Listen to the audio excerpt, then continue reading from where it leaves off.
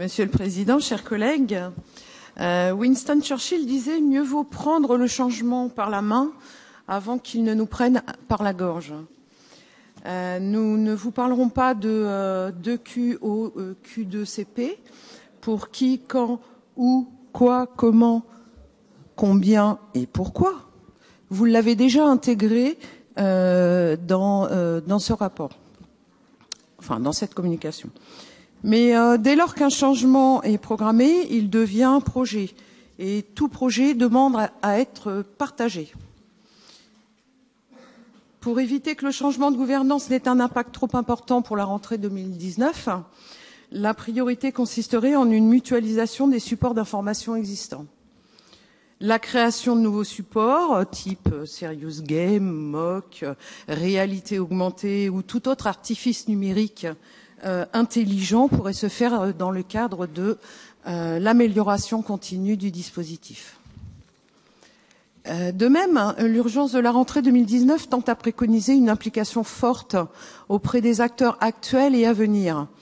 La région n'a pas vocation à prendre le pas sur ce qui est du ressort de l'éducation nationale. L'étude du CNESCO concernant l'orientation dans les établissements mentionne que 42% des principaux et 41,4% des proviseurs n'ont jamais été formés à l'orientation. On comprend mieux pourquoi certains établissements n'incluent pas l'orientation dans leur projet. Et dans sa réponse publiée au journal officiel du Sénat du 23 août dernier, le ministère de l'Éducation nationale indiquait que les régions qui sont en lien étroit avec le tissu économique et ses opportunités auront plus clairement en charge l'information sur les métiers et les formations. Là, oui, on est vraiment d'accord.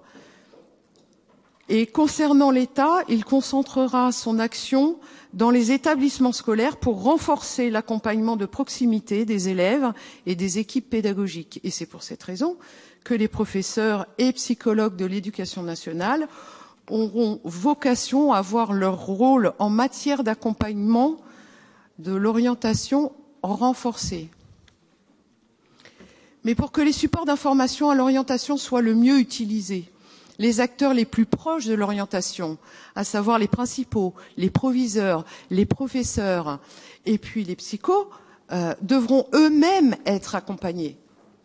Et ça ne semble pas avoir été fait jusqu'à maintenant avec l'ancien système.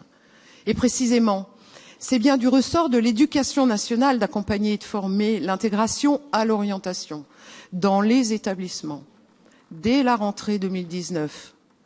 La région n'ayant que la compétence dans la mise à disposition de l'information par le SPRO augmenté. Je vous remercie.